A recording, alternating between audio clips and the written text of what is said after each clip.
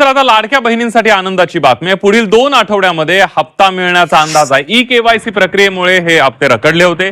E-KYC केली नाही त्या महिला अपात्र होणार आहेत। लाडकीचा मार्च एप्रिलचा हप्ता थकीत आहे। ई-केवायसी करण्यासाठी 30 एप्रिलची अंतिम मुदत ठेवण्यात आली होती, त्यामुळे ज्यांनी ई-केवायसी केली नाही त्या महिला अपात्र होणार आहेत। चलान त्या ठिकाणी हे करून तो ट्रेजरीमध्ये राज्याच्या तिजोरीमध्ये तो जमा होणार। त्यामुळे अशा काही ज्या उपाय त्या संदर्भातल्या भूमिका आहेत किंवा निर्णय आहेत ते घेतलेले आहेत। या 26 लाखाच्या संदर्भातली सविस्तर स्क्रुटिनी झाल्यानंतर राज्याचे मुख्यमंत्री आणि दोन्ही उपमुख्यमंत्री मंत्रिमंडळ हे त्या संदर्भातला योग्य तो निर्णय घेईल।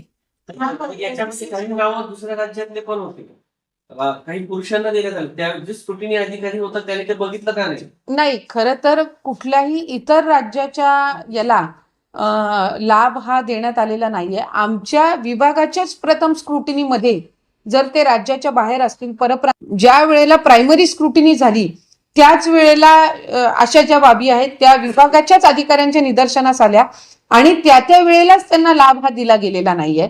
पुरुषांच्या संदर्भातलं मी जे आपल्याला म्हटलं की जो काही 12-14 हजारचा डेटा आलेला आहे, हा डेटा आमच्याकडे आलेला असताना ती लाभार्थी पात्र आहे पण तिचं बँकमध्ये खातं नव्हतं म्हणून तिने घरातल्या पुरुषाचं नाव खातं दिलेलं आहे का, तर त्याचं क्रॉस व्हेरिफिकेशन असेल किंवा प्रत्यक्षामध्ये पुरुषांनीच भरलेला आहे का, तर ह्या सगळ्याच्या बाबी आहेत। या ग्राउंड लेवल स्क्रुटिनी आमच्या अंगणवाडी सेविका, मदतनीस आणि विभागाकडून चालू आहे।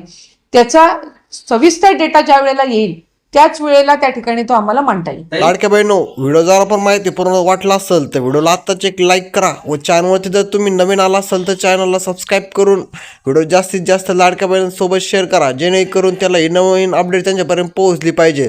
चालतं, मग भेटूया पुढच्या नवीन व्हिडिओमध्ये। धन्यवाद।